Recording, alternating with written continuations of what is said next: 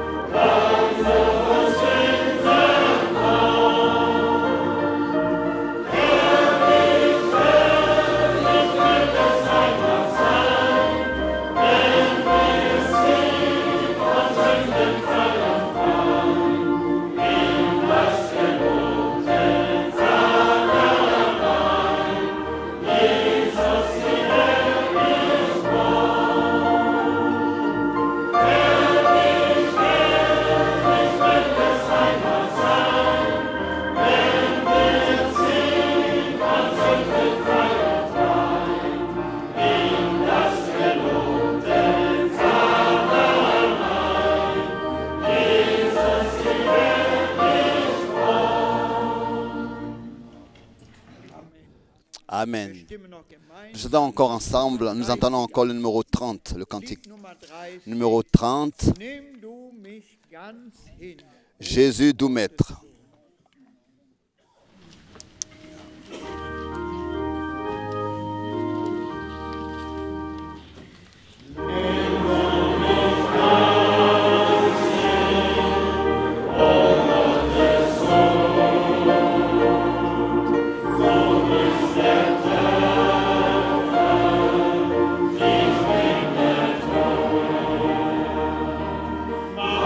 Aus der Welt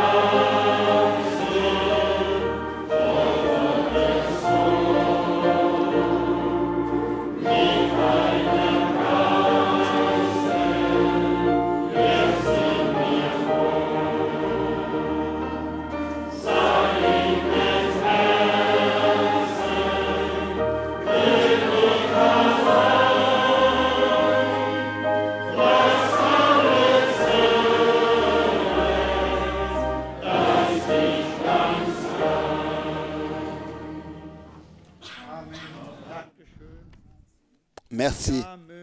Oui, que le Seigneur puisse nous l'accorder si nous nous consacrons à lui et que nous ouvrons nos cœurs.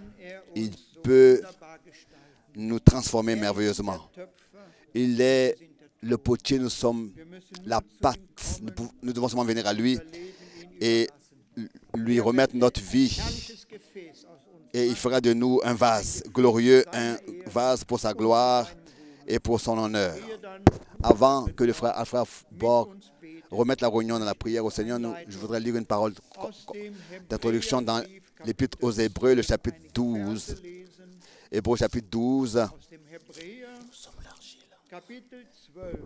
Nous sommes l'argile.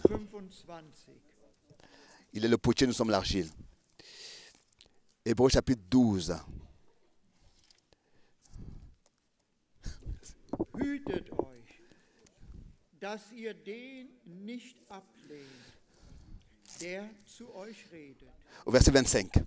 Le verset 25, Hébreux 12, verset 25. Gardez-vous de refuser d'entendre celui qui parle du haut des cieux, car si ceux qui refusèrent d'entendre celui qui publiait des oracles sur la terre n'ont pas échappé, combien moins échapperons-nous si nous nous détournons de celui qui parle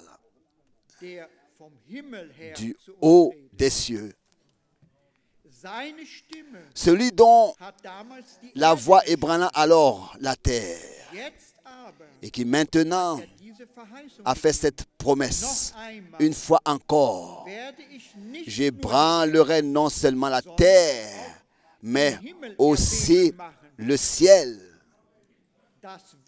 Ces mots, une fois encore, indiquent le changement des choses ébranlées, comme étant faites pour un temps, afin que les choses inébranlables subsistent. C'est pourquoi, recevant un royaume inébranlable, montrons notre reconnaissance en rendant à Dieu un culte qui lui soit agréable, avec piété et avec crainte. Car notre Dieu est aussi un feu dévorant. Une parole importante. Oui, cela nous rappelle alors que Dieu avait parlé du haut des cieux au peuple d'Israël autrefois sur la montagne du Sinaï. Et toute la montagne et la terre étaient ébranlées et la montagne était en feu. C'était la voix de Dieu qui avait retenti et c'est ainsi que sa voix a retenti jusqu'à dans nos âges, la voix du Seigneur. Et nous avons lu que nous ne devons pas nous détourner de celui. Nous ne devons pas refuser d'entendre celui qui parle avec nous du haut des cieux. Et encore ce soir, par le Saint-Esprit, par sa parole, c'est lui qui parle avec nous et nous voulons entendre ce que l'Esprit a à nous dire. Et qu'est-ce qu'il a préparé pour nous? Un royaume inébranlable. Tout ce qui est ici va passer, même la terre aussi. Tout va être ébranlé, même le ciel sera ébranlé. Et le ciel doit être aussi régénéré parce que le péché a eu lieu là-bas. Et le diable s'est rébellé et a emporté un tiers des anges. Et c'est ainsi que tout doit être régénéré. Nous aussi, nous devons être régénérés, transformés, renouvelés, pour pouvoir entrer dans la nouvelle ville, la Jérusalem céleste. Nous voulons maintenant entendre ce que le Seigneur a à nous dire. Amen. Nous sommes reconnaissants pour cette parole merveilleuse que nous avons déjà entendue. Gardez-vous de refuser d'entendre celui qui parle. Nous ne le rejetons pas. Nous disons, Seigneur, parle-nous. Nous voulons entendre, nous voulons croire et te faire confiance. Encore ce soir, nous voulons nous lever pour la prière.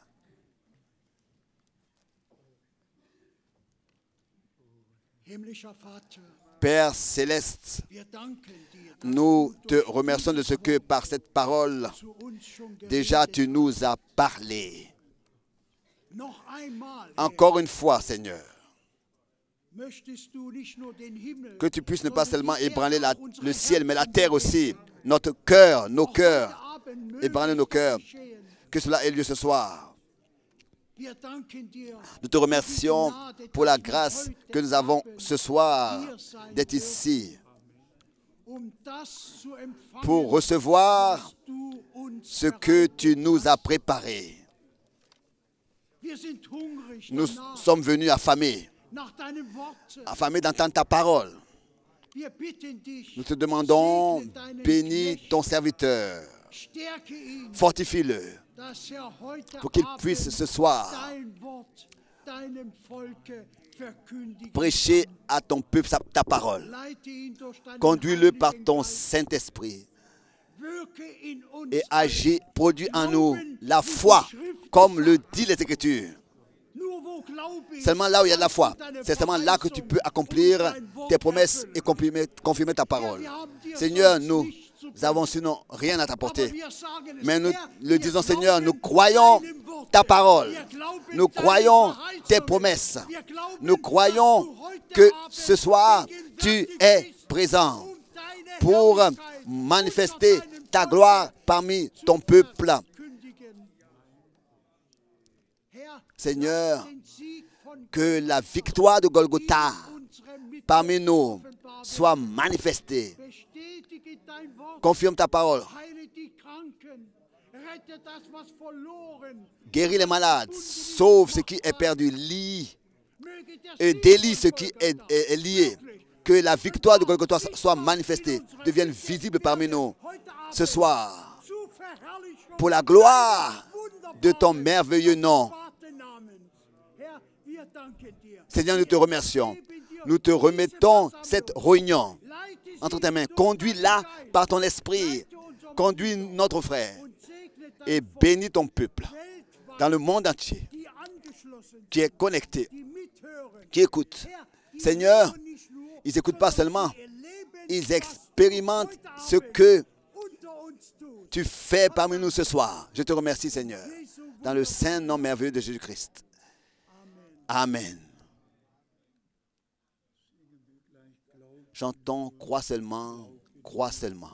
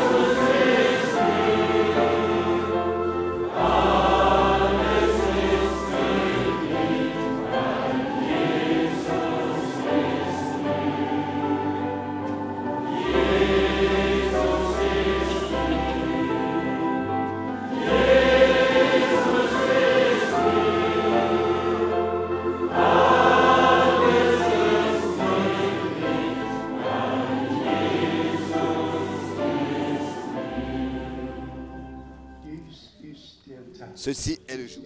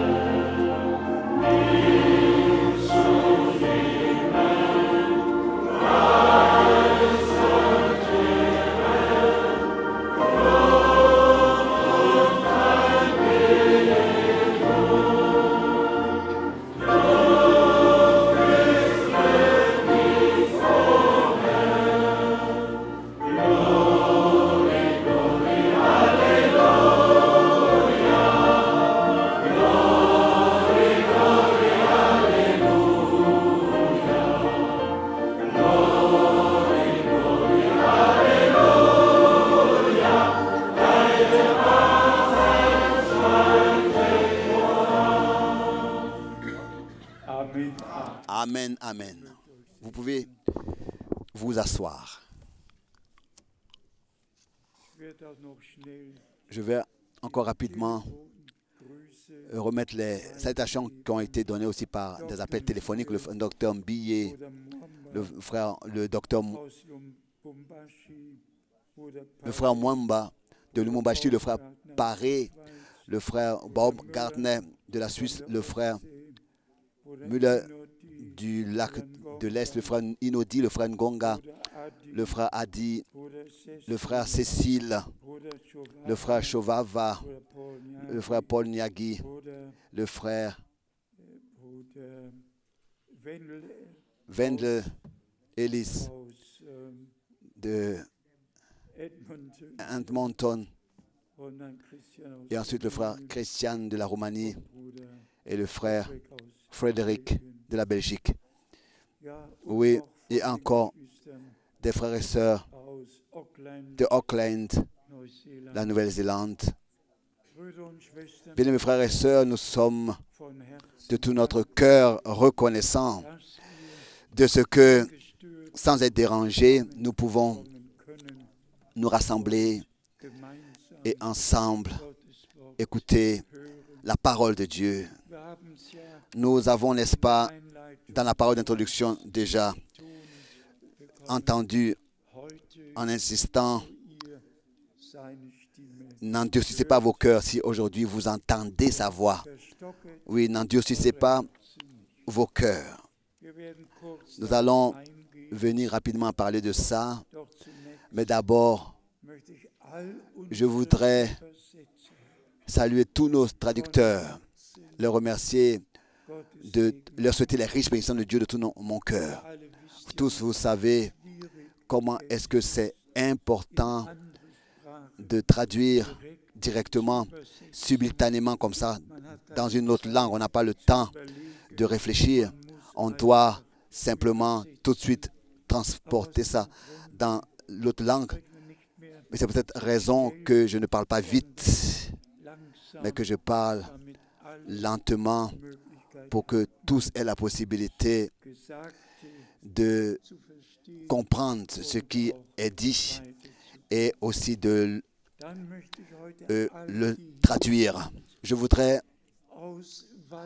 ensuite remettre cette attention de la Russie blanche, de la Pologne, saluer tous, de la Roumanie, de la Moldavie, de l'Autriche, de la Suisse, de la Belgique, de l'Hollande, de la France, de la Roumanie et de partout, de l'Italie et de partout. Je voudrais saluer ensuite nos frères de l'Afrique du Sud, du Congo, de l'Hollande, de partout.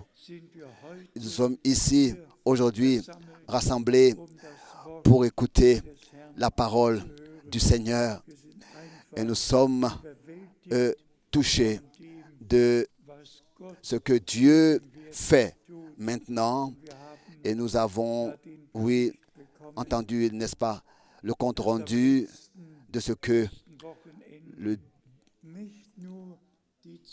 dernier premier week-end, ce n'était pas seulement les connexions, ou bien alors ici à Krefeld, mais aussi il y avait eu d'autres connexions et nous sommes arrivés à un nombre de 210 connexions qui dans le monde entier écoutent, voient, suivent et vivent ce que Dieu fait maintenant. Même aujourd'hui, je voudrais saluer nos deux frères de la Roumanie, le frère John de Bucarest et le frère Daniel de Timișoara. Je voudrais les saluer particulièrement et leur donner la possibilité de nous saluer, bien mes frères et sœurs. Celui qui a suivi, ou bien qui suit les réunions de Constanza, plus de 1000 personnes étaient en septembre rassemblées pour écouter la parole de Dieu. Et le Seigneur a béni nos frères, visiblement béni nos frères. Et maintenant même, il y a à Bucarest une émission de télévision, une station de télévision qui nous donne tout le temps à notre disposition pour que nous puissions apporter le message divin. L'homme qui est responsable à Bucarest est venu à Constanța de 280 km pour écouter la prédication de le chef de la station de Bucarest de télévision. Et c'est ainsi qu'on a pu voir que Dieu vraiment a accordé tant de grâce. Et nos frères, depuis le commencement, sont restés dans la ligne, dans la parole, jamais ils ont été à la merci, n'est-ce pas, des interprétations. Et ils sont restés dans la parole pure et ils l'ont prêché originalement. Le frère John, le frère Daniel venait et exprimez-nous quelques mots. Qui vient pour traduire? Venez simplement, venez. Et nous sommes reconnaissants de tout notre cœur à Dieu. Très, très reconnaissants pour ce que le Seigneur fait par nos frères. Que Dieu te bénisse. Que Dieu te bénisse. Nous vous saluons tous dans le prêchant de notre Seigneur Jésus-Christ.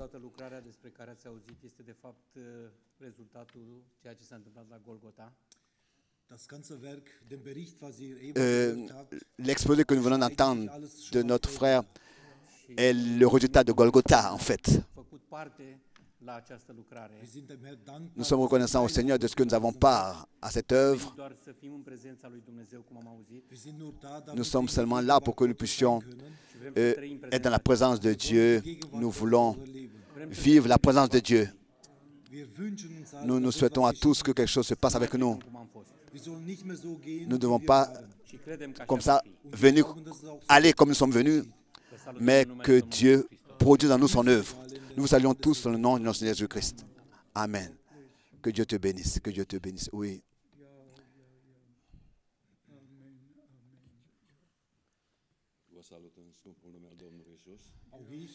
Moi aussi, je vous salue dans le prêcher de notre Seigneur Jésus-Christ. C'est un grand privilège d'être ici rassemblés à cet endroit. Et nous savons pourquoi est-ce que nous sommes venus ici, ce que nous devons voir. Nous savons pourquoi est-ce que nous sommes ici. Nous sommes ici à cause de la présence de Dieu. Et parce qu'il a accompli ses promesses en cet endroit qu'il a choisi, là où son épouse peut être préparée et être nourrie spirituellement pour ce moment merveilleux, pour ce jour merveilleux. Ce sont les derniers moments de la préparation de l'épouse. L'évangile a été prêché déjà dans le monde entier. En Roumanie, elle a eu un bon résultat. L'évangile qui a été prêché par notre bien-aimé frère Franck durant toutes ces années dans beaucoup de villes. Toutes ces prédications sont traduites toutes les semaines. Et l'évangile est écouté dans tout le pays. La vérité, l'évangile va dans toutes les maisons. Et c'est la miséricorde de Dieu, comme c'est écrit dans Ésaïe, chapitre 46. Mes ordonnances demeurent éternellement, et ce que j'ai proposé de faire, je le ferai. Ce que je me suis proposé de faire, je le ferai. Je l'ai prononcé et je vais l'accomplir. Aujourd'hui s'accomplissent les paroles du Seigneur, les paroles de Dieu, les promesses de Dieu avec son peuple en cet endroit. Et que les riches bénédictions de Dieu se déversent sur nous tous. Encore ce soir, nous serons bénis richement aujourd'hui parce que c'est Dieu qui a décidé de le faire pour que dans notre cœur, nous puissions recevoir sa parole. Et aussi cette fois-ci, la parole ne reviendra pas à Dieu sans effet. Elle va produire l'effet pour lequel elle a été envoyée. Que Dieu puisse nous bénir tous. Amen. Merci. Oui, nous sommes de tout notre cœur reconnaissants. Je l'ai déjà dit une fois ici, dans la réunion à Constanza, il y a un prêtre qui est venu et aussi un journaliste musulman, donc, et les deux ont consacré leur vie au Seigneur et ont été baptisés avec toutes les autres dans la mer Noire. Et aujourd'hui, nous avons un prêtre catholique parmi nous ici ce soir qui, il y a 2 ans, de ma bouche, a écouté la parole de Dieu et a consacré sa vie au Seigneur et s'est laissé baptiser au nom du Seigneur Jésus-Christ. Nous sommes simplement reconnaissants de tout notre cœur de ce que Dieu de toutes les églises, et les églises libres, de toutes les religions, de tous les peuples et de toutes les langues, appelle son peuple à sortir tel qu'il a déjà promis à Abraham et par sa grâce, encore maintenant, de manière particulière par le dernier message, cela s'accomplit, ce que Dieu a promis. Pourquoi? Parce que le Seigneur a dit que l'évangile du royaume de Dieu sera prêché à toutes les nations. Nous allons tout de suite venir à entrer dans ces choses. Encore rapidement cette remarque en ce qui concerne Israël. Tous nous l'avons déjà entendu le 27 janvier. C'était un jour particulier en 1945, le 27 janvier 1945, alors que l'armée rouge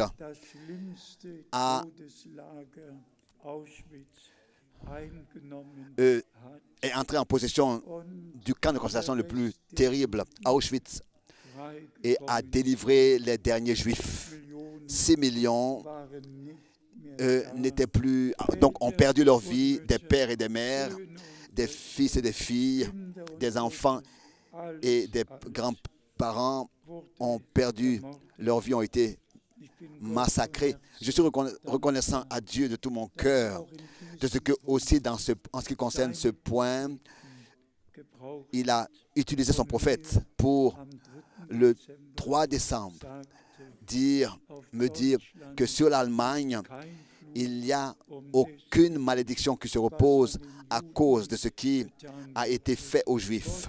Dieu va appeler à rendre compte ceux qui sont responsables de ces crimes. Quand ensuite on lit dans l'Apocalypse concernant la grande ville dans laquelle tous les sangs des martyrs ont été trouvés. Nous ne voulons pas entrer dans les détails de ces choses, mais nous portons une grande douleur aussi à Jérusalem. Ce jour, d'une manière particulière, a été mémoré et nous bénissons Israël au nom du Seigneur. Mais pas seulement ça, tous les peuples doivent comprendre qu'ils seront seulement bénis s'ils bénissent celui que Dieu a établi.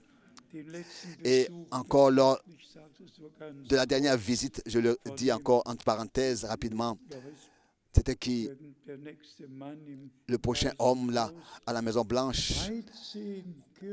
13 églises dans cet endroit ont interdit à cet homme-là de fouler leur seuil, seulement parce qu'il appartient au côté évangélique. Et vous savez, Billy Graham était l'un des hommes que Dieu pouvait utiliser pour que l'évangile en général soit prêché.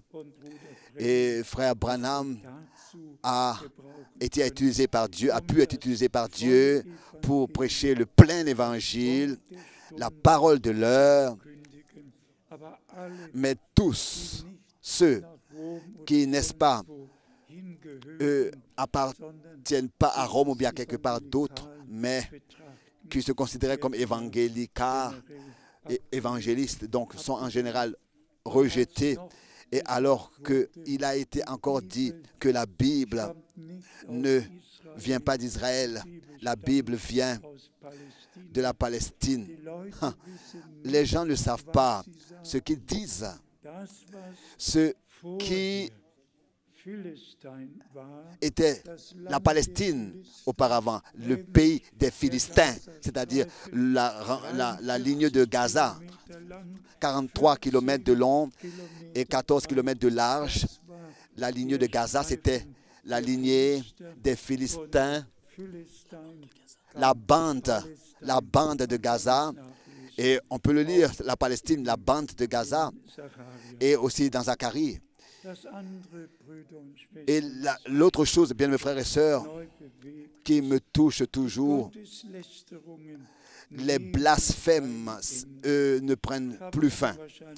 Je crois que je l'ai déjà mentionné ici, aussi en ce qui concerne la naissance de notre Seigneur, ou bien alors de ce qui concerne la divinité. Il n'y a pas longtemps encore, il y a quelque chose de nouveau qui a été exprimé.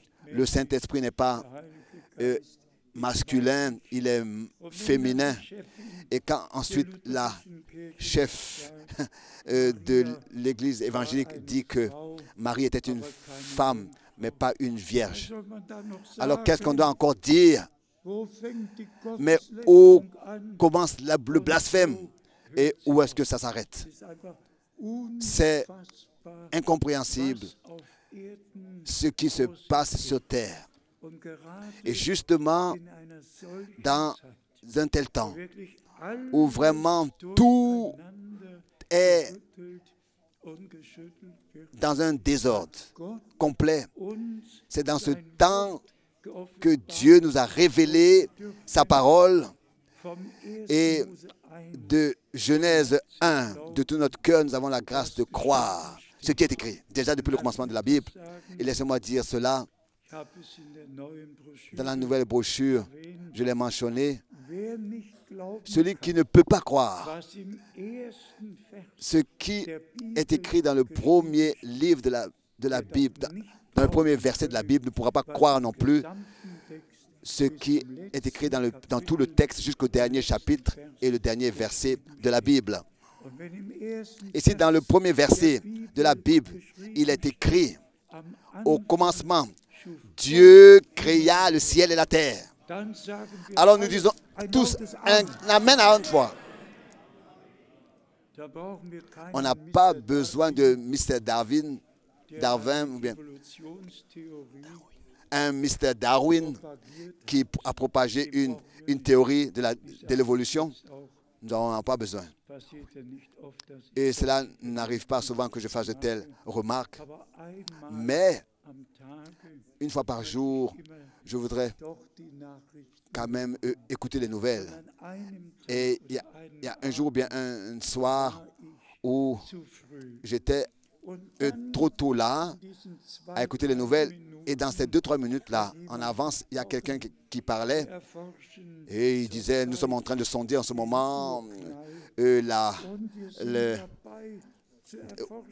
donc l'explosion originale. Et nous sommes en train de faire des recherches pour voir ce qui s'est passé lors de l'explosion. Je lui ai dit, mais toi-même, tu as une explosion dans le cerveau. Tu as une explosion.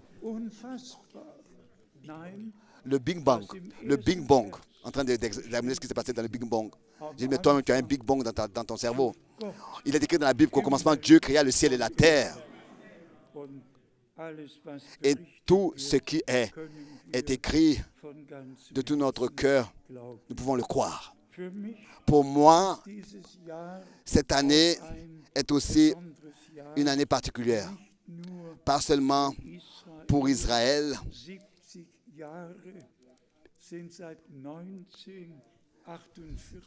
70 ans, mais depuis 48 ans, donc beaucoup d'années sont passées depuis qu'Israël a été déclaré comme État. Et ça aussi, c'est important pour moi. En 1948, j'avais 14 ans dans une mission de tente et j'ai entendu le prédicateur prêcher puissamment.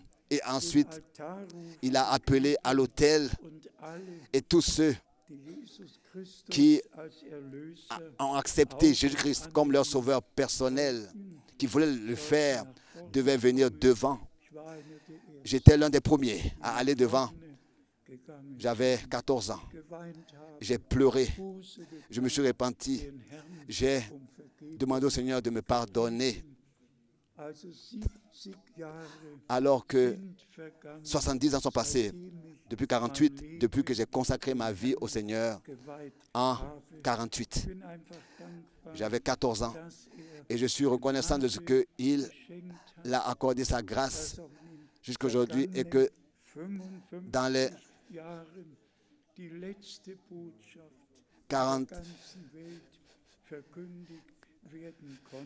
45 ans, j'ai pu prêcher la parole dans le monde entier, que tous ont eu la grâce de croire que vraiment nous sommes proches avant le retour de Jésus-Christ. Et alors que nous avions chanté le premier cantique, vous connaissez tous encore le texte, bien alors le refrain. Cette pensée m'est venue. Ça ne suffit pas que nous puissions parler du message et du message. Ça ne suffit pas de parler des mystères qui ont été révélés. Nous devons pouvoir montrer aux pécheurs le chemin qui mène à Dieu. Et le Saint-Esprit doit nous conduire à la repentance avant que nous puissions être dans le royaume de Dieu. Nous devons y naître pour pouvoir y être. Si ce n'est que quelqu'un naît de nouveau, vraiment, sinon il ne peut pas voir le royaume de Dieu. Nous devons diriger la prédication à cet objectif, que ceux qui sont là fassent réellement un commencement authentique avec Dieu, que le Saint-Esprit puisse vraiment convaincre du péché, comme il est écrit dans Jean 16. Quand le Saint-Esprit viendra, il convaincra le monde du péché, de la justice et de la justification, du jugement et de la justification. Qui s'est vraiment repenti avec un cœur brisé, qui a déjà été vraiment conduit à la repentance par le Saint-Esprit, qui a déjà dit « Seigneur, pardonne-moi ». Celui qui ne demande pas d'être pardonné, il ne peut même pas recevoir le pardon. Et celui qui ne reconnaît pas qu'il est un pécheur, comment est-ce qu'il veut demander le salut? Bien, frères et sœurs, c'est simplement nécessaire. Et s'il vous plaît, acceptez cela de tout votre cœur. Le commencement doit être authentique. Il faut que dans notre vie, il y ait un commencement authentique avec le Seigneur. De manière qu'on sait aussi certain que le ciel brille au ciel, que le soleil brille au ciel. Moi, pécheur, j'ai obtenu le pardon de mes péchés. Qu'on ait cette certitude de la foi et que ce ne soit pas une imagination, mais que ce soit une conversion authentique. Et ensuite, le deuxième pas, c'est une nouvelle naissance. Dans la conversion, nous nous tournons personnellement à Dieu, mais dans la nouvelle naissance, c'est l'effet de la parole et de l'esprit qui est manifesté dans notre cœur et crée en nous la vie de Dieu. Et l'une des questions a été pour aujourd'hui, est-ce que la nouvelle naissance et le baptême de cet esprit sont la même chose? Non. L'un, c'est la naissance par l'esprit, de l'esprit de Dieu. L'autre, c'est d'être rempli avec l'esprit. Et ça, ou bien alors de l'esprit. Ça, nous l'avons reconnu selon les Écritures. Le Saint-Esprit a couvert Marie de son ombre. Et ensuite, la promesse a été donnée que ce qui naîtra de toi sera ou bien est du Saint-Esprit. Mais ensuite, quand le baptême d'eau a eu lieu, quand le Seigneur a été baptisé, le Saint-Esprit est descendu sur lui. Et il a été dit, celui-ci est mon Fils bien-aimé, en qui j'ai trouvé toute mon affection, mon bon plaisir. Dans le baptême d'eau, nous confirmons que nous avons accepté le Seigneur. Mais dans le baptême du Saint-Esprit, c'est le Seigneur lui-même qui confirme qu'il nous a acceptés, il nous a agréés et que nous avons été établis dans l'adoption par la grâce de Dieu et que nous sommes héritiers de Dieu et co-héritiers de Jésus-Christ. Que le Seigneur, notre Dieu, puisse utiliser cette réunion à ce que nous puissions consacrer notre vie de tout notre cœur à notre Sauveur d'une manière nouvelle. Ensuite, dans les dernières réunions, que ce soit ici ou alors à Zurich, nous avons eu à parler de ce que notre Seigneur, dans l'évangile de Matthieu, dans le chapitre 11, a demandé. Qu'est-ce que vous êtes allés voir dans le désert? Et ensuite, nous avons lu dans Romains, le chapitre 10, les questions 4 fois où il s'agit du mot « comment ». Comment est-ce qu'ils doivent écouter? Comment est-ce qu'ils doivent croire? Comment? Et encore une fois, comment? Comment donc invoqueront-ils? Comment croiront-ils? Comment entendront-ils? Comment y aura-t-il des prédicateurs? Et ensuite, nous avons parlé de ce que Dieu d'abord appelle et ensuite envoie pour qu'un message soit apporté et que tous ceux qui croient de tout leur cœur, à eux, la parole ensuite sera révélée. Nous savons tous que Jean-Baptiste était un prophète promis. Promis. Il faut qu'on puisse le dire nouvellement dans chaque réunion en insistant. C'était un ministère promis. Que nous savons que Dieu fait toutes choses selon sa parole, par sa grâce, et qu'il a toujours accompli et confirmé des promesses qu'il avait faites et accompli ce qu'il avait promis dans sa parole. Je pourrais lire beaucoup de versets bibliques. Laissez-moi lire 2 versets bibliques qui nous montrent, doivent nous montrer que Dieu, le Seigneur, pour la première venue de Christ et pour la deuxième venue de Christ, a lui-même, n'est-ce pas, déterminé le temps. Dans 1 Timothée, et je voudrais à cela, ou bien alors demander que nous puissions simplement être patients et persévérer dans la foi. Dans la foi, nous allons vivre l'accomplissement des promesses avant le retour de notre Seigneur Jésus-Christ. Bien alors, la promesse de son retour ici, il est écrit, on peut lire les 3 versets de 1 Timothée, 1 Timothée, le chapitre 6. Et ici, le chapitre 13 jusqu'au verset 15. 1 Timothée 6, verset 13.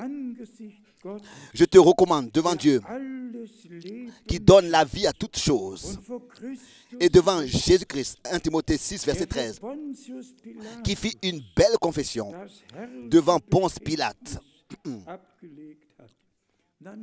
Ensuite suit de garder le commandement de manière que tu vives sans tache, sans reproche, jusqu'à l'apparition de notre Seigneur Jésus-Christ. Donc, la prédication doit être 100% correcte. Elle doit être à 100% la parole de Dieu. Il n'y a pas le droit d'avoir une séquelle d'interprétation, de pensée humaine dans la prédication. Ensuite, suit le verset important aussi en relation avec l'apparition et le retour de notre bien-aimé Seigneur et Rédempteur. Verset 15. Que manifestera en son temps le bienheureux et seul souverain, le roi des rois et le Seigneur des seigneurs, qui manifestera en son temps le bienheureux. Que cela soit ancré profondément dans notre cœur, qui manifestera en son temps, le bienheureux. Lui, le roi et seul souverain, le roi des rois et le Seigneur des seigneurs, qui seul, verset 16, possède l'immortalité, qui habite une lumière inaccessible que nul homme n'a vue, ni ne peut voir, à qui appartiennent l'honneur et la puissance éternelle. Amen.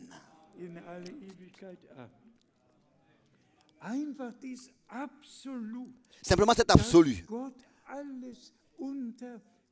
que Dieu a tout sous son contrôle et qu'il nous a accordé la grâce et il nous a ordonné que quand vous verrez que tout ce que j'ai prédit à l'avance arrive, alors levez vos têtes, car vous savez que votre rédemption est proche. Mais personne ne connaît le jour et l'heure. Nous ne le savons pas.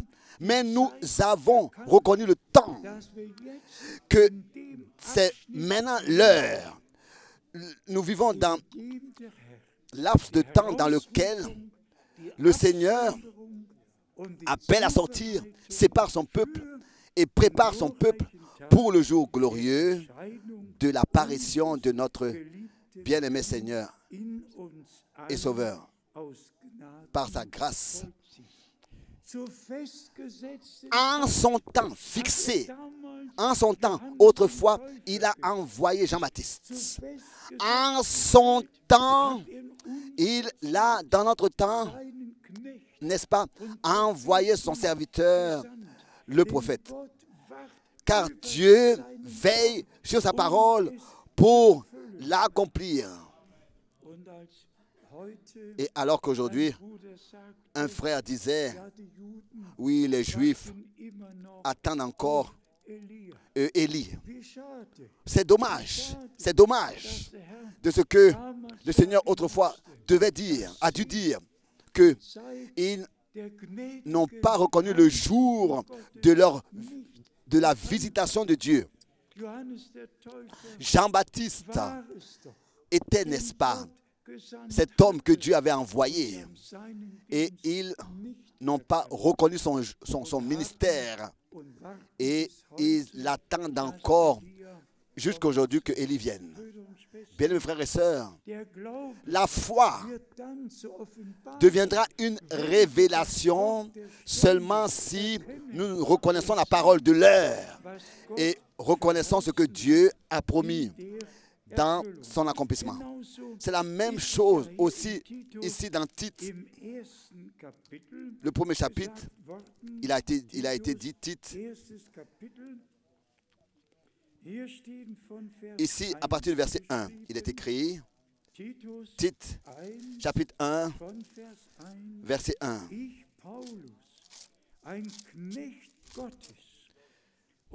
Paul, serviteur de Dieu et apôtre de Jésus-Christ, pour la foi des élus de Dieu et la connaissance de la vérité qui est selon la piété,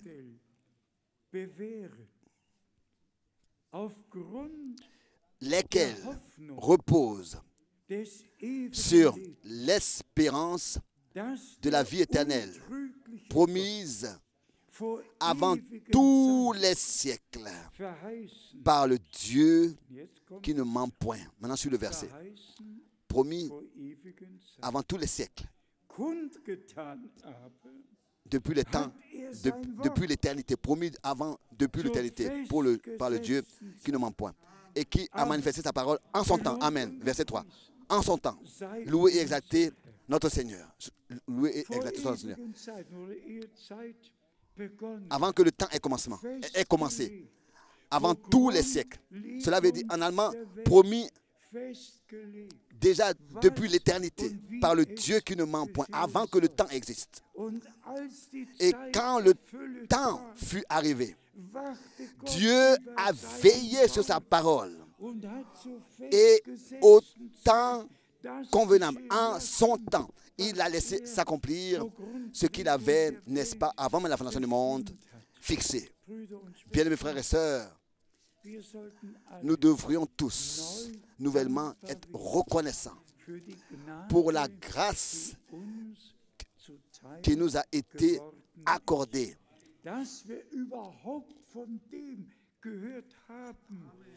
d'avoir même eu la grâce d'entendre ce que Dieu a promis pour ce temps.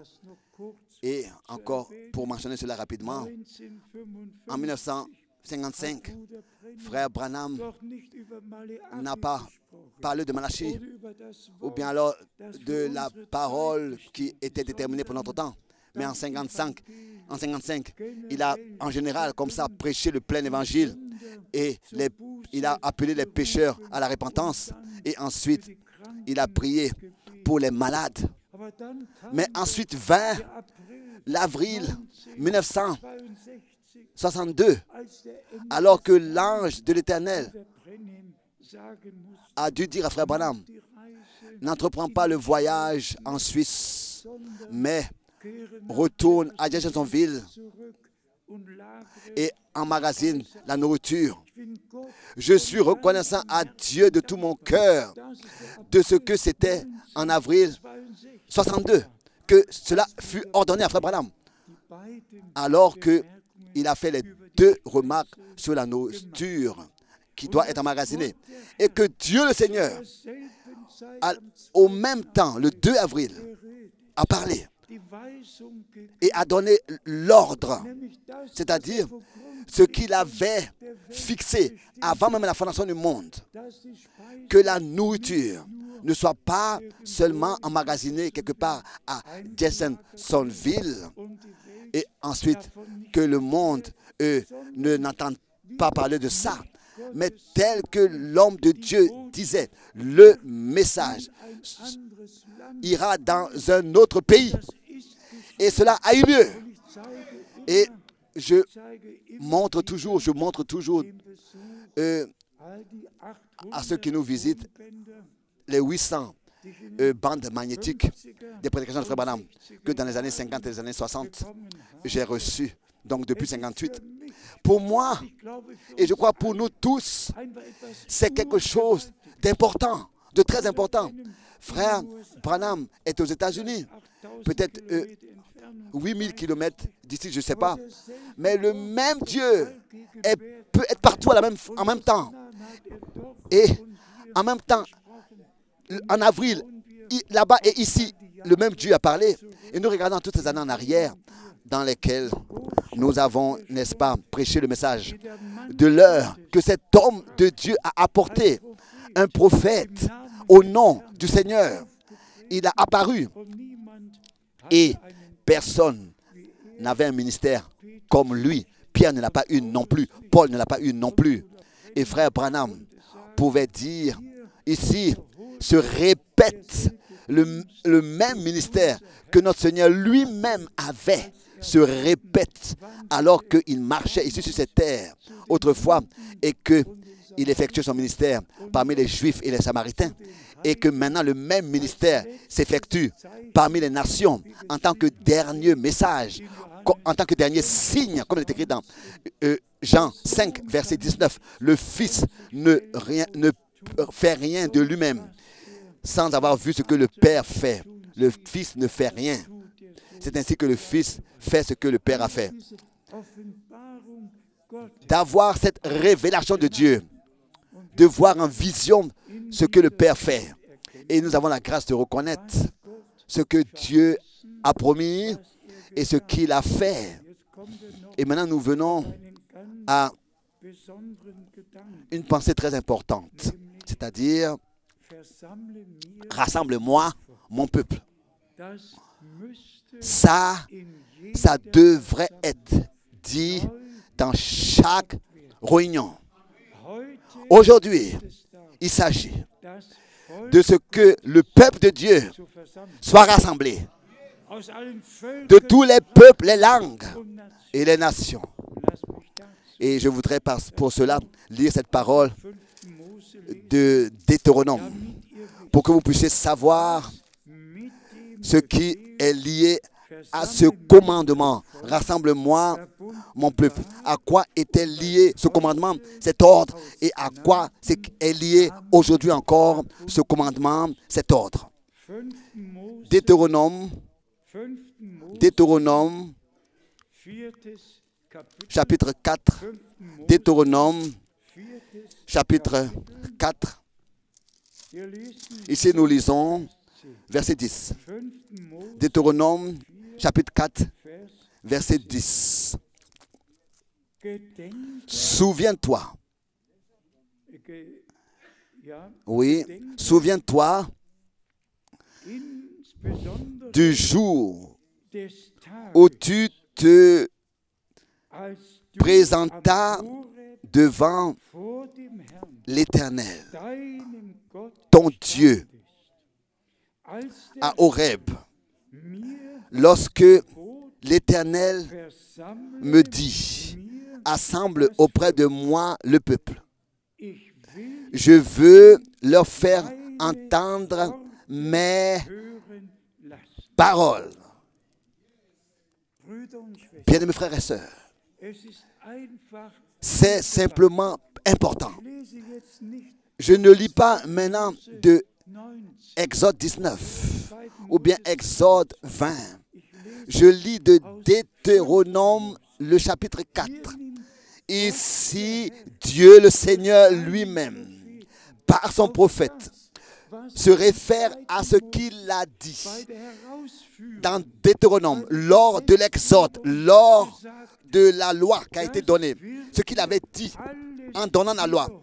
Tout cela est répété ici, ordre pour ordre, commandement pour commandement. Et c'est pour cette raison que Dieu rassemble son peuple, pour qu'il puisse entendre ses paroles qu'il a prononcées en donnant la loi. Et c'est pour cette raison que Dieu nous rassemble ici encore aujourd'hui. Rassemble-moi mon peuple. Rassemble-moi mon peuple pour qu'il puisse entendre mes paroles, c'est-à-dire les paroles que j'avais prononcées au commencement, lors de l'Exode, les ordonnances, les lois que je vous ai données. Vous devez encore les écouter et apprendre à craindre l'Éternel tout le temps qu'ils vivront sur terre. C'est la même chose encore aujourd'hui. Il s'agit que nous soyons rassemblés pour écouter la parole de Dieu. Lisons encore dans Exode, dans Deutéronome 4, verset 35. Tu as été rendu témoin de ces choses, afin que tu reconnaisses que l'Éternel est le seul Dieu, qu'il n'y en a point d'autre.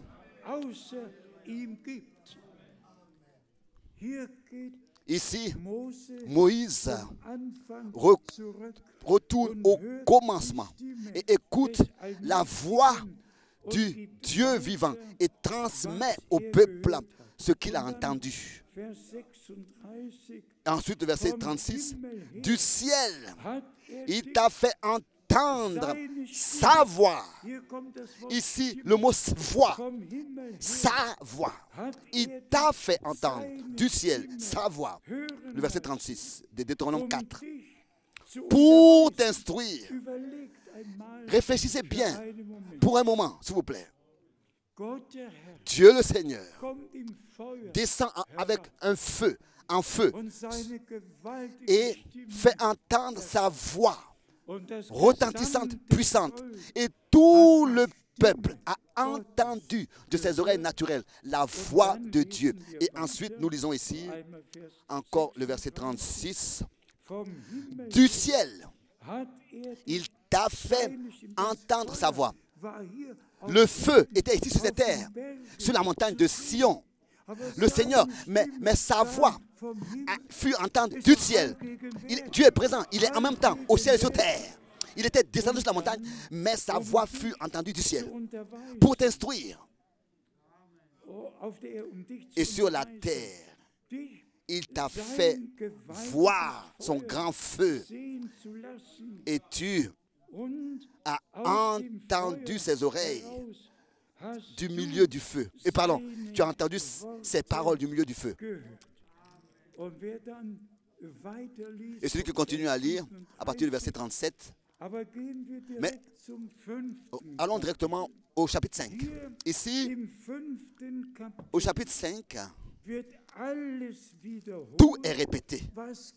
Tout ce que Dieu a dit lors de la sortie, lors de l'exode, a été répété. Il fallait que cela soit répété au peuple d'Israël avant son entrée dans le pays de la promesse. Il fallait que ces paroles soient répétées au peuple de Dieu et que cela soit mis dans leur cœur. Ce que Dieu avait dit lors de leur exode. Bien-aimés frères et sœurs, si nous voulons entrer dans le pays de la promesse, il faut que Dieu le Seigneur nous révèle la parole qu'il a fait prêcher lors du fondement de l'Église du Nouveau Testament. Il faut que Dieu nous révèle le même plein évangile et que nous ayons le respect devant que le respect devant ces paroles soit mis dans nos cœurs et que par ces paroles nous ayons la même orientation qui a été donnée par le message dans l'Église primitive lors de son fondement, c'est-à-dire par le rétablissement de tout ce qui avait été perdu par le Dieu veut le restituer, le rétablir maintenant à la fin. Et ici, le serviteur de Dieu énumère toutes les lois. Au chapitre 5, le verset 17. Tu ne tueras point, même déjà le verset 16. Honore ton père et ta mère comme l'Éternel ton Dieu te l'a ordonné, afin que tu ne tueras point, tu ne commettras point d'adultère, tu ne dévoreras point, tu ne déroberas point. Et tout ce qui a été dit lors de la sortie du peuple d'Israël, lors de son exode, tout cela a été encore une fois répété avant qu'ils entrent dans le pays de la promesse. Bien-aimés frères et sœurs, laissez-moi dire cela ici aujourd'hui, aussi très clairement. Si tout cela est énuméré ici, tu ne commettras pas d'adultère, tu ne porteras point de faux témoignages contre ton prochain, tu ne devras point, etc. Tu ne convoiteras point la femme de ton prochain, etc. Laissez-moi, bien, frères et sœurs, dire la chose suivante, et cela au nom du Seigneur. Si un pécheur se répand et vient au Seigneur, il ne reste plus dans le péché, mais il est racheté. Racheté veut dire affranchi, transformé. Il sort de cette nature. Le menteur ne ment plus. L'adultère ne brise plus, ne commet plus l'adultère. Et celui qui calomnie, qui critique, qui parle mal, ne le fait plus. Il faut que cela vraiment soit une réalité parmi le peuple de Dieu. Si nous disons que nous sommes rachetés, nous devons être rachetés. Ça veut dire sortir de la malédiction et de toute nature qui ne vient pas de Dieu. Il faut que cela soit prêché. Aujourd'hui, je l'ai lu dans Romains, dans Jean 8, ce que le Seigneur a dit à la pécheresse. Il lui a dit, tes péchés te sont pardonnés, mais quel a été l'ordre? Va et ne pêche plus. Au pardon des péchés. Au pardon des péchés. Doit venir ensuite la délivrance de la nature pécheresse. Dieu nous pardonne, mais il nous libère ensuite de la nature de péché. Nous ne pouvons plus faire ces choses. Il faut que cela aussi devienne une réalité dans notre vie. Et aussi jeunes et âgés, que nous puissions, c'est vrai, d'un côté, expérimenter le pardon de nos péchés, mais ensuite, savoir que celui qui boit ne boit plus, celui qui est lié ne l'est plus, celui qui ment ne le fait plus, celui qui est esclave n'est plus esclave. Il faut que cela devienne une réalité. La rédemption doit devenir une réalité. Nous avons accepté le pardon de nos péchés et nous avons expérimenté ce que Dieu, dans sa parole, a promis. Pas seulement que tes péchés sont pardonnés, mais va et ne pêche plus. Et frère Branham l'a dit en insistant, le premier péché est l'incrédulité. Satan est venu en forme du serpent et a semé le doute dans le cœur. Et ne doute jamais à ce que le Seigneur a dit à Adam. Et c'est ainsi que, n'est-ce pas, le premier péché a commencé. Ce que Dieu avait dit à Adam a été remis en question. Bien, frères et sœurs, s'il vous plaît, acceptez cela de tout votre cœur. Ne doute en aucune parole de Dieu. Même si vous ne pouvez pas le mettre en pratique et l'accomplir, respectez quand même cette parole. Dites, Seigneur, c'est ta parole, je la respecte, je l'accepte. Mais aide-moi à la mettre en pratique. Est-ce que vous avez compris? C'est la même chose encore dans notre temps. Pourquoi est-ce que le Seigneur a ordonné de rassembler son peuple? C'est un ordre. Pourquoi? Pourquoi? Pour qu'ils puissent entendre mes paroles. Quelles paroles? Les paroles, les mêmes paroles que le Seigneur, dans l'Église primitive, au commencement du Nouveau Testament, lors du fondement de l'Église, a prêché. C'est-à-dire qu'ils ont prêché quoi? De devenir un seul cœur, une seule âme. Nous devons revenir au commencement. Lisez l'Acte des Apôtres. Nous devons encore insister dans Deutéronome. Le mot Deutéronome, c'est le 5e livre de Moïse en allemand. On dit carrément 5e livre de Moïse.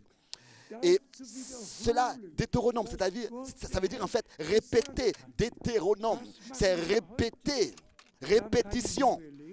Et nous n'avons pas un nouveau enseignement, un nouveau évangile. Nous répétons les mêmes évangiles. Nous prêchons la même parole. Et nous savons que ça fait partie du rétablissement de toutes choses telles que Dieu l'a promis dans sa parole. Rassemble-moi, mon peuple, avec le même objectif aujourd'hui, pour qu'ils puissent entendre mes paroles. Et il faut que cela soit dit encore en insistant. Bien-aimés frères et sœurs, nous n'avons pas seulement entendu frère Branham ou bien frère Paul. Nous avons entendu la parole de Dieu. Le Seigneur, par sa parole, a parlé avec nous. Et comme nous l'avons lu, et aussi, comme c'est écrit dans Hébreux 12, cela a été lu dans l'introduction. Ne refusez pas d'entendre sa voix. Autrefois, sa voix a ébranlé toute la terre. Qu'est-ce qui se passe avec toi, avec moi? Sa voix. Est-ce que sa parole, la voix de Dieu, t'a transformé, t'a ébranlé, t'a remué, t'a brisé, t'a transformé, t'a délivré. Est-ce que nous comprenons que c'est Dieu qui est derrière ce qui est en train de se passer et que ce n'est pas un homme qui nous parle, mais que c'est Dieu qui nous parle encore aujourd'hui du haut des cieux, comme autrefois, et qu'il veut nous ramener à l'état qui existait dans l'Église primitive. Qu'ils étaient un seul cœur, une seule âme. Répétons encore ce qui doit être dit aujourd'hui. Dieu a un plan avec Israël. Dieu a un plan avec l'Église. Le peuple d'Israël va fêter son 70e jubilé depuis 48 et nous fêtons cette année notre 60e jubilé. 1948, j'ai commencé à traduire les prédications de Frère Branham depuis 58. Et nous regardons à toutes ces années en arrière. Ça fait 60 ans aujourd'hui. Et le peuple d'Israël, depuis 48, ça fait 70 ans cette année.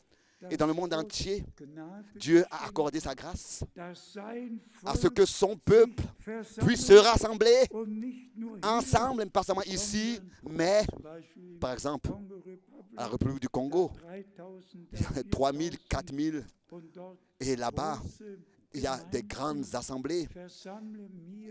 C'est l'ordre de l'heure. Rassemble-moi mon peuple pour qu'il puisse entendre ma voix. C'est merveilleux. Voilà l'ordre de l'heure, le commandement de l'heure. C'est merveilleux de ce que Dieu a fixé un temps et que c'est dans son temps fixé que tout ce qu'il ordonne s'accomplit. Savoir ce que Dieu a fixé pour ce temps dans lequel nous sommes, que cela doit s'accomplir dans ce temps et que cela s'accomplit. Sur Israël, nous avons déjà la dernière fois eu à dire, Zacharie 12, verset 3, Jérusalem deviendra une pierre pesante pour toutes les nations. Oui, nous avons tous entendu ce qui s'est passé. D'abord le 6 décembre, nous avons tous appris ce que le Premier ministre a dit. Et nous sommes de tout notre cœur reconnaissants à Dieu pour ça. De ce que nous avons la grâce de voir. Que cela avec Israël vraiment est le signe, pas seulement un signe. Le Seigneur a parlé de tous. Dans Matthieu 24, de cris et de cris de guerre. Mes bien frères et sœurs, soyez sincères. Celui qui de nous a...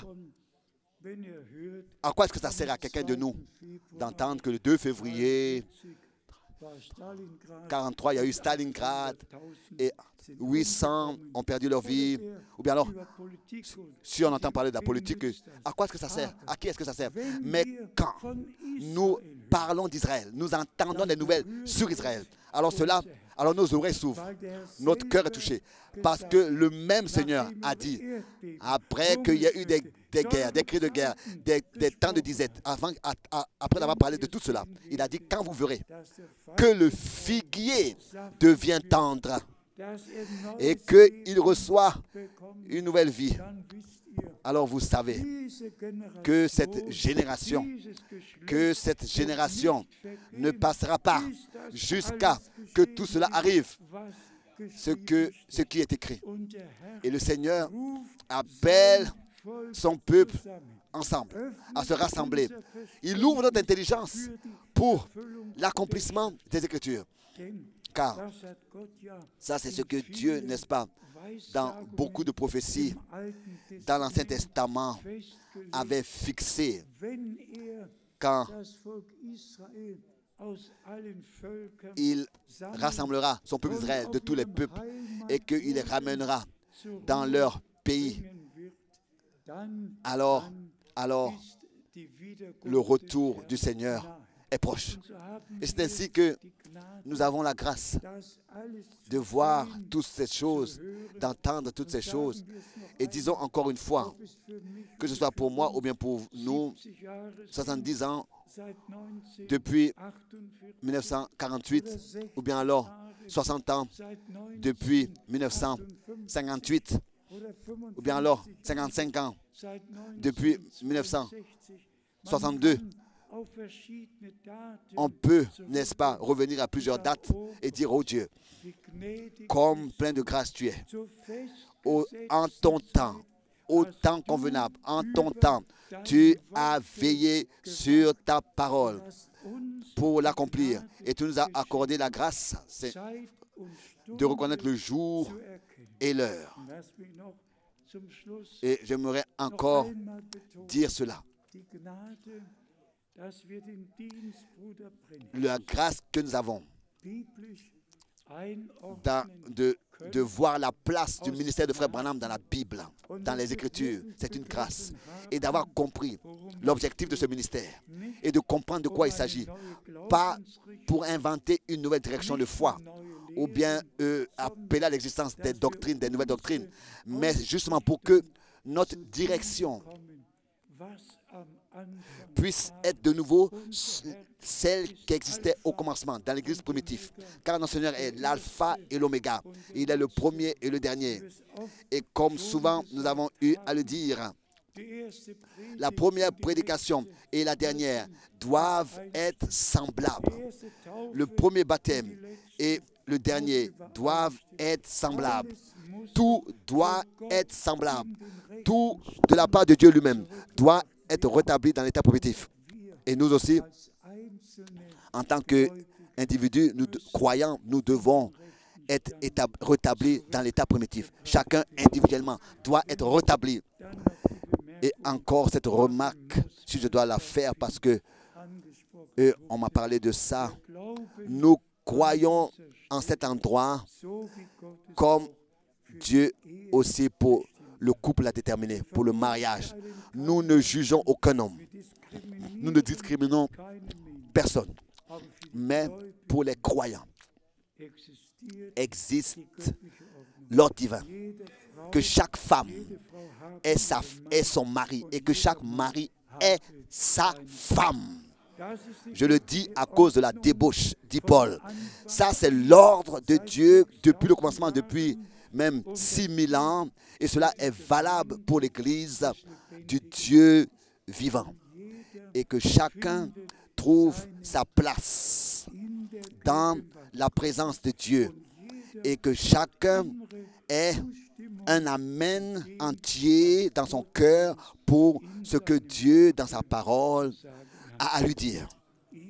À lui, le seul vrai Dieu qui nous a fait sortir de tous les peuples, les langues et les nations et nous rassemble et nous donne ainsi la possibilité, nous a donné la possibilité de ce que tous les peuples, les langues et les nations aient la possibilité d'écouter le dernier message.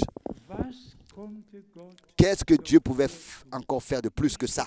Ce qui est important, c'est que nos cœurs soient ouverts et que tous, nous puissions vraiment faire nos expériences du salut avec le Seigneur. Peut-être encore cette remarque.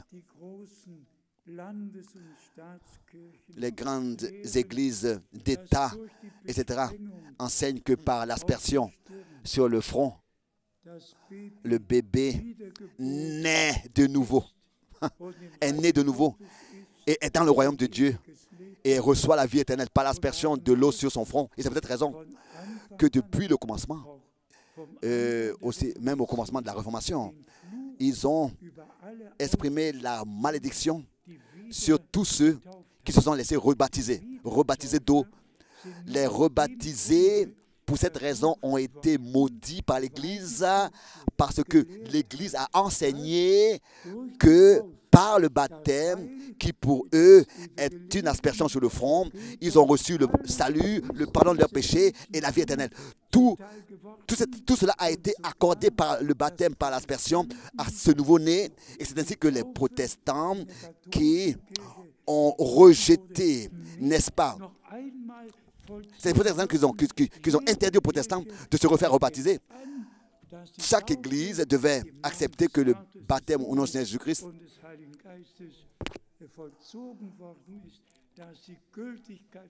et c'est ainsi qu'ils devaient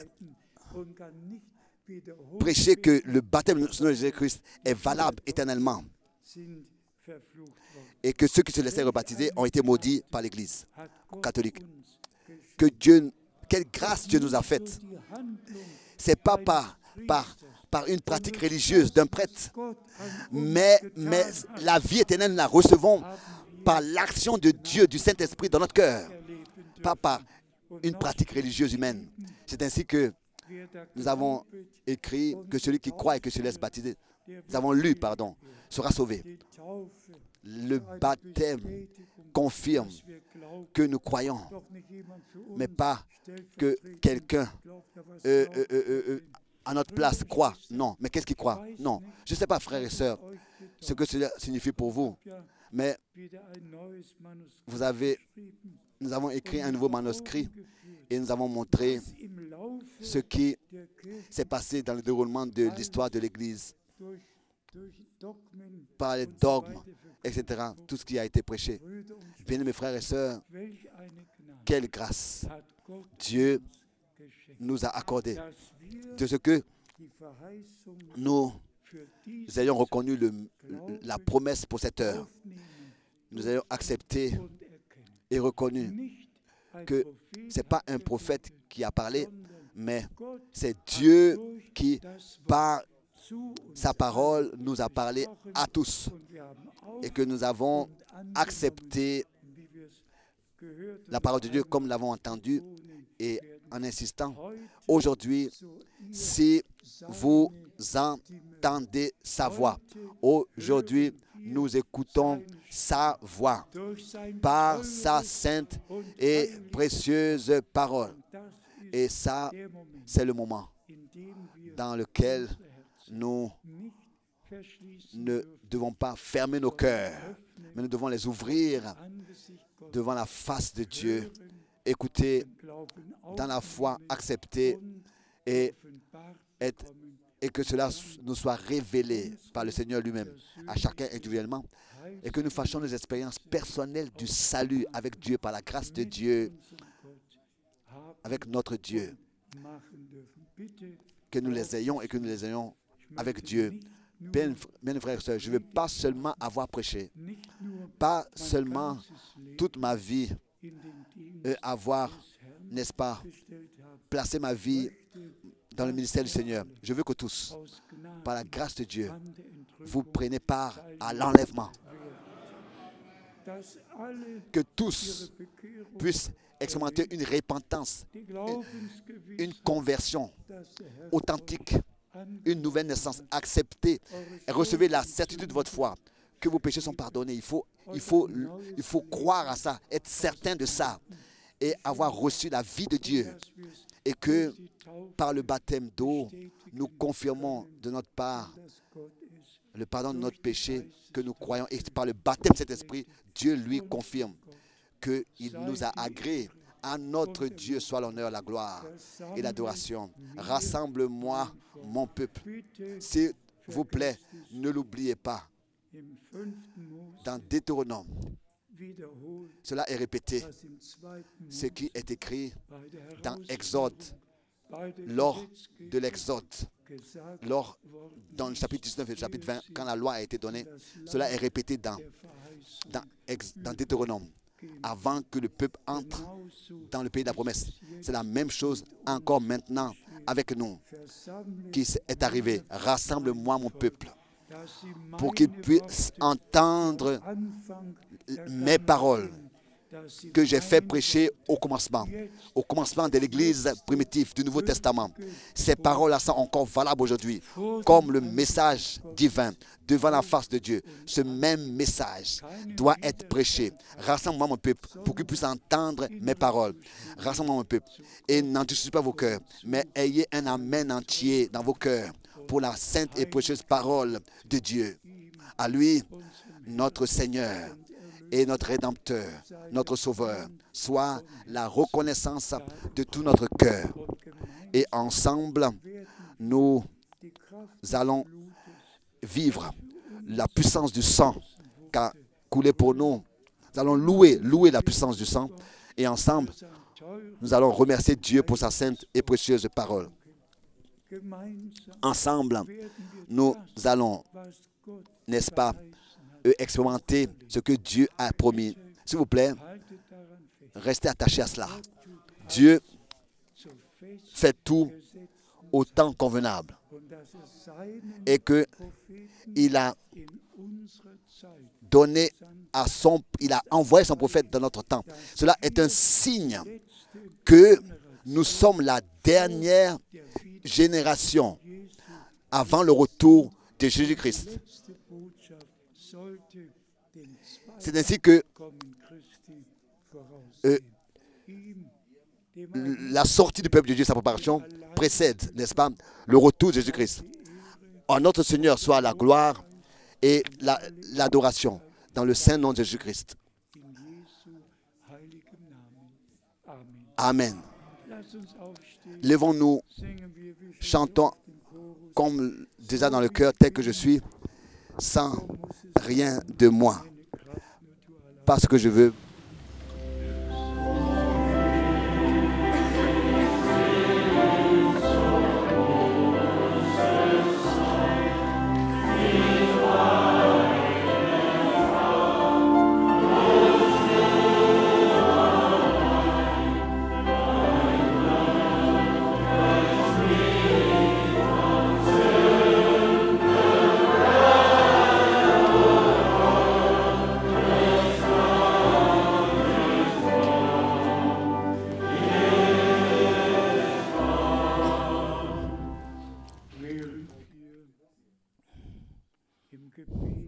Pendant que nous persévérons nous nous recueillons et demeurons dans la prière, bien mes frères et sœurs, c'est le jour que le Seigneur a fait pour nous.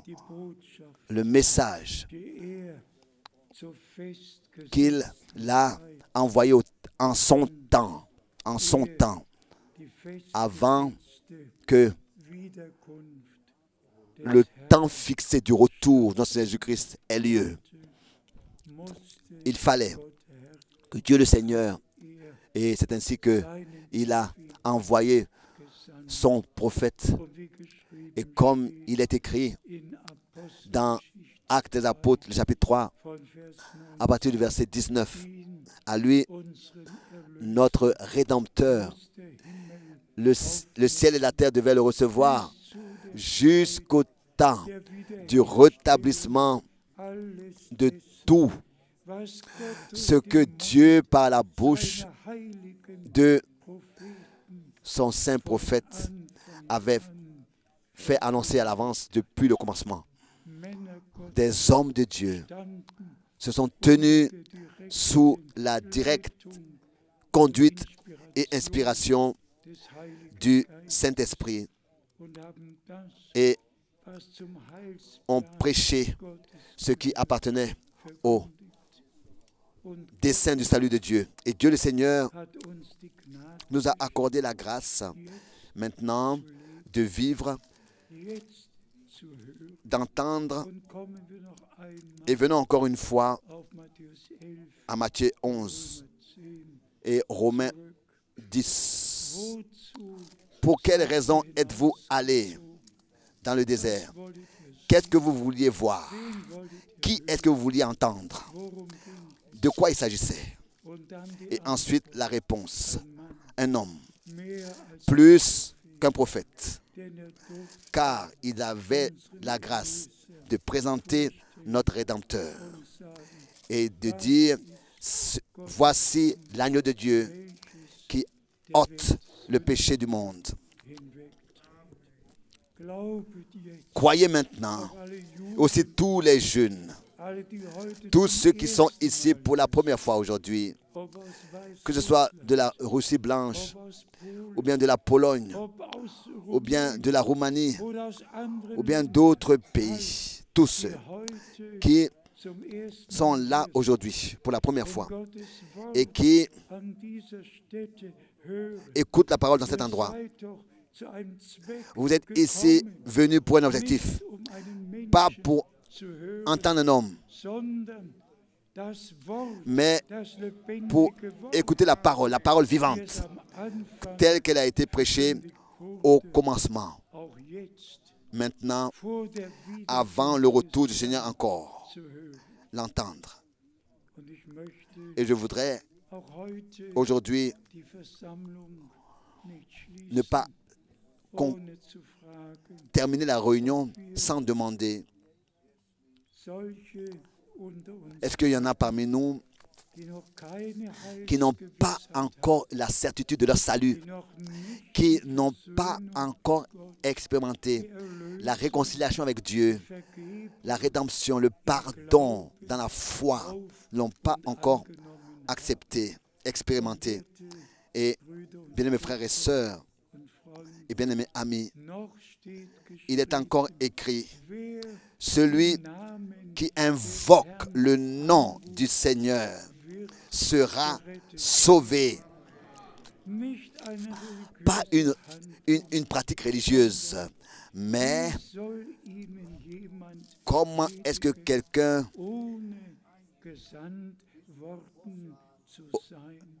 comment est-ce qu'il y aura-t-il des prédicateurs s'ils ne sont pas envoyés? Romains 10, verset 15. C'est ainsi que il y a des hommes de Dieu envoyés et nous acceptons ce que le Seigneur, par la grâce de Dieu, nous a donné.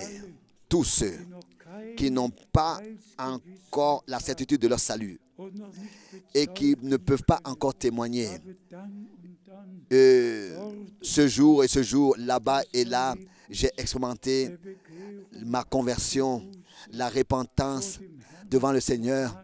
J'ai expérimenté une nouvelle naissance. Bien-aimés frères et sœurs, aucune réunion devrait être terminée sans que l'appel soit fait à l'autel. Venez à moi, vous tous, dit le Seigneur, qui êtes fatigués, vous tous qui êtes fatigués et chargés. Je vous accorderai le repos, le pardon, le repos pour vos âmes. Et disons encore cela ici. C'est celui qui n'invoque pas le nom du Seigneur, celui qui de tout son cœur n'ouvre pas sa bouche et dit pas Seigneur, bien-aimé Seigneur Jésus, je viens maintenant à toi. J'accepte ce que tu as fait pour moi, ce que tu as accompli pour moi sur la croix à Golgotha. J'accepte la rédemption et le pardon. Et ensuite s'accomplit ce qui est écrit dans Jean 1. Tous ceux qui l'ont reçu, il leur donna le pouvoir de devenir enfants de Dieu. Et comme je l'ai dit tout à l'heure, je veux que tous ceux qui entendent la parole de ma bouche soient prêts lors du retour de Jésus-Christ. Et c'est peut-être raison que nous demandons, en tant qu'ambassadeurs de Christ, soyez réconciliés avec Dieu. Et il faut que cela soit dit encore en insistant, tel que le Seigneur, n'est-ce pas,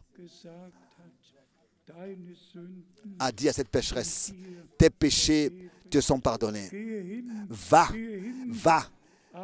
mais ne pêche plus.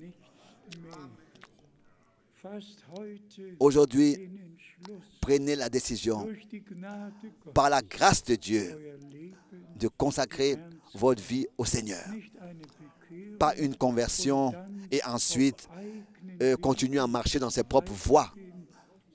Mais ensuite, après notre conversion, nous foulons le sol, nous passons par la porte étroite et nous marchons sur le chemin étroit.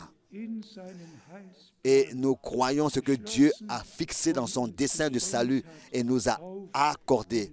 Nous l'acceptons. Chantons encore une fois, tel que je suis, sans rien de moi. Amen.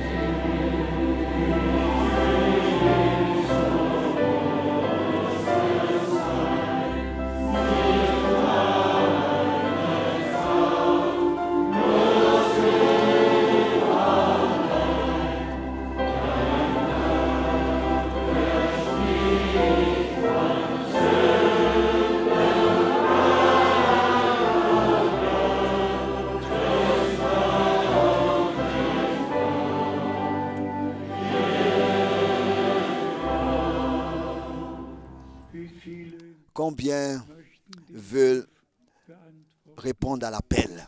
Levez les mains. Et nous adressons ce message et cet appel particulièrement à tous ceux qui sont là pour la première fois, à tous ceux qui n'ont pas encore entièrement consacré leur vie au Seigneur et qui n'ont pas encore fait l'expérience de la conversion, de la nouvelle naissance réellement. N'ayez pas honte de venir devant. Nous allons encore chanter ce chœur. Et celui qui veut venir devant, venez maintenant devant. Nous allons ensemble prier dès que je suis.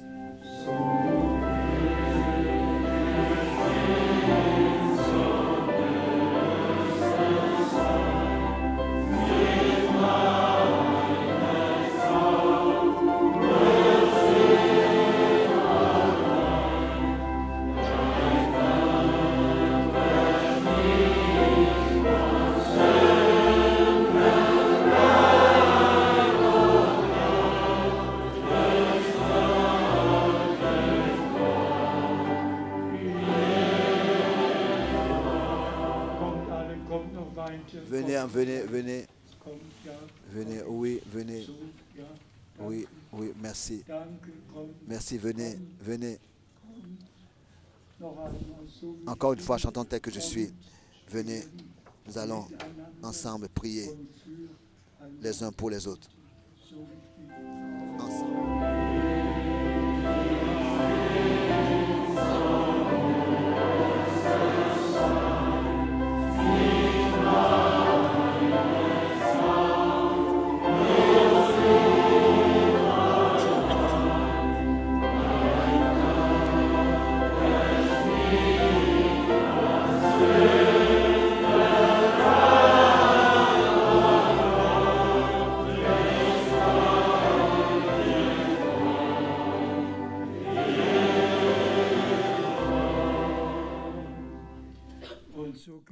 Et aussi certain qu'il est écrit, celui que le Fils libère est réellement libre, affranchi, libre, délivré de chaque lien, de tout lien, de la cigarette, de la boisson, de tout ce qui domine les gens.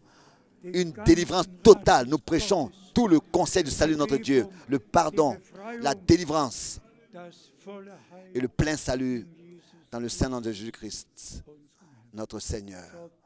S'il vous plaît, regardez tous devant, vous qui êtes venus devant.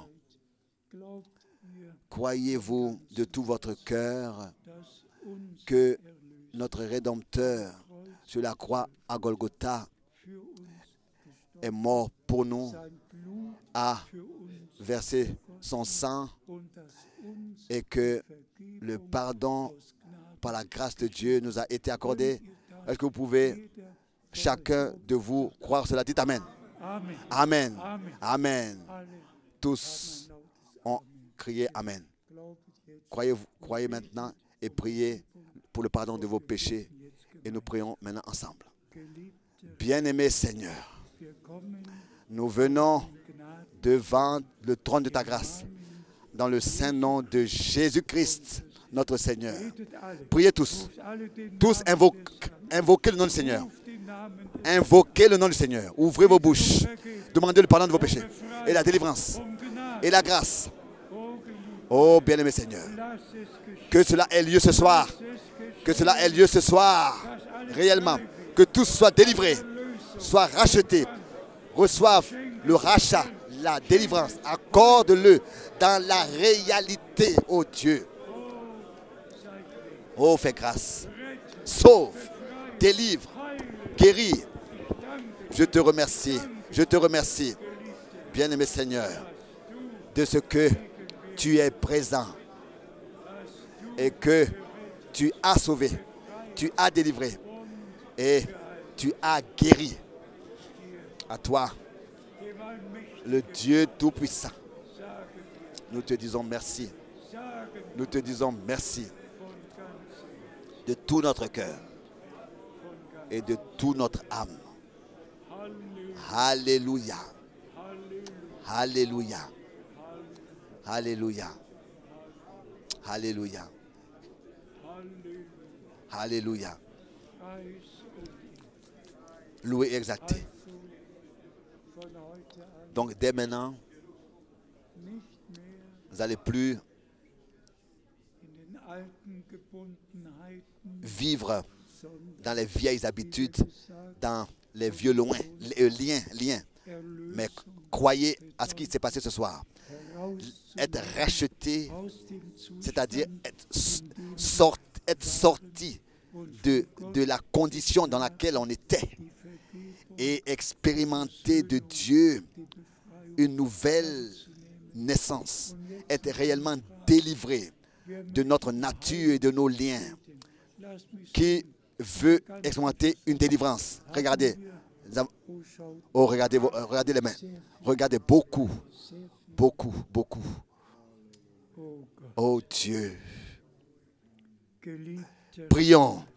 Bien-aimé Seigneur, toi Dieu éternel, les deux vont ensemble, on ne peut pas séparer. La rédemption, le pardon et la délivrance, la guérison, tout va ensemble. Toi, celui qui te pardonne de tous tes péchés et guérit toutes tes maladies. C'est ainsi que c'est écrit. Et c'est ainsi que cela s'est accompli. Et c'est ainsi que nous le croyons de tout notre cœur et de toute notre âme. Bien-aimé Seigneur, en ton corps, tu as souffert pour que nous, dans notre corps, nous soyons guéris. Et par tes maîtres sûrs, nous sommes guéris. C'est ainsi que c'est écrit. Et c'est ainsi que nous le croyons de tout notre cœur et de toute notre âme. Et nous croyons qu'aujourd'hui, tu confirmes ta parole en nous tous. Tu as confirmé ta parole en nous tous. Tu nous as rassemblés en tant que ton peuple pour entendre ta parole, entendre le message divin, la parole de la croix, de la réconciliation et du pardon, de la grâce et du salut et de la guérison.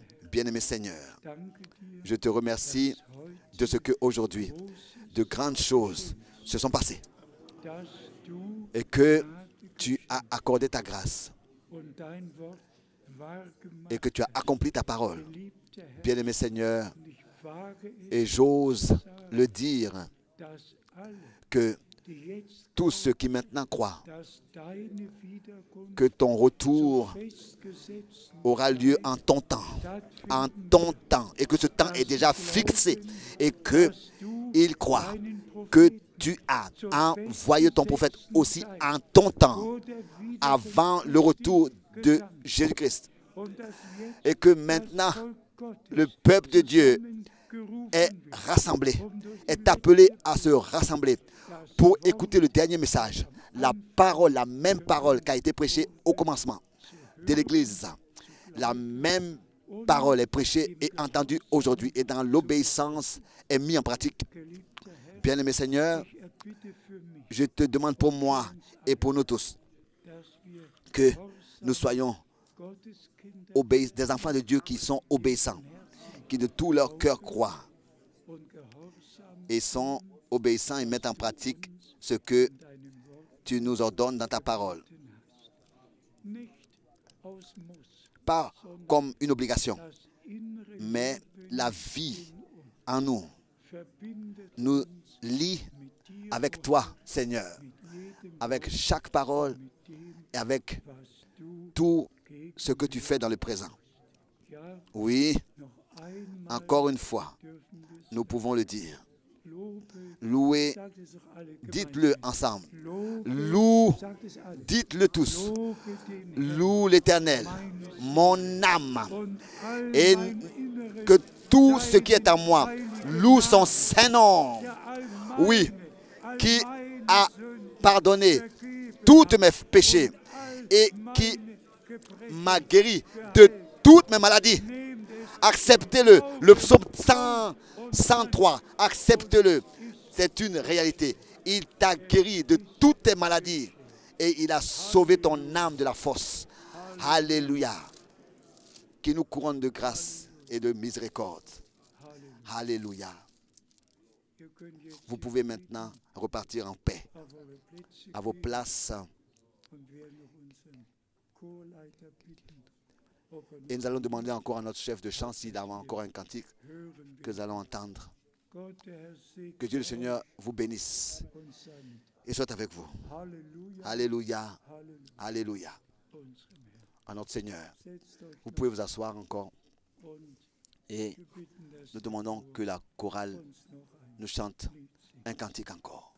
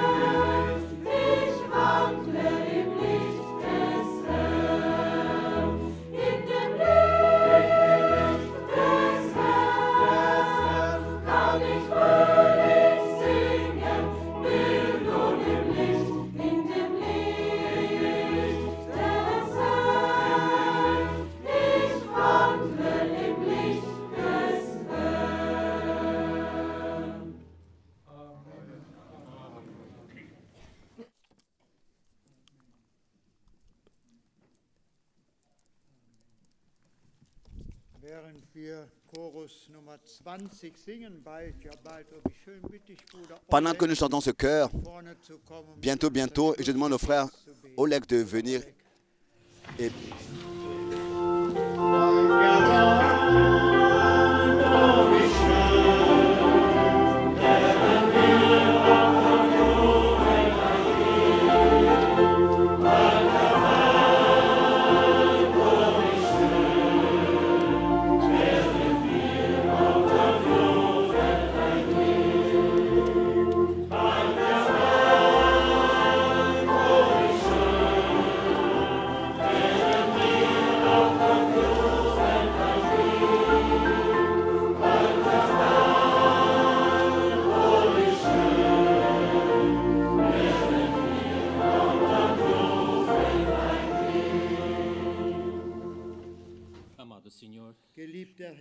bien-aimé Seigneur, nous te remercions pour ta présence. Tu nous as richement bénis. Tu nous as parlé par ta parole. Nous te remercions pour ton vase, pour le don de la foi biblique, que nous avons la grâce de croire chaque promesse. Nous te remercions pour ton élection. Nous ne savons pas que personne peut venir à toi. Nous savons que personne ne peut venir à toi si le Père ne l'attire pas premièrement. Mais nous te remercions de ce que tu nous as accordé le salut, tu nous as accordé la sanctification. Tu nous as tout accordé, Seigneur. Tu es digne d'être loué et exalté. Nous te remercions pour ton serviteur, pour ton prophète, pour le message de l'heure, de ce que tu nous as ramené à l'enseignement des apôtres. Loué et exalté soit ton nom. Je te remercie de tout mon cœur, dans le précieux nom de notre Seigneur Jésus-Christ. Amen. Amen.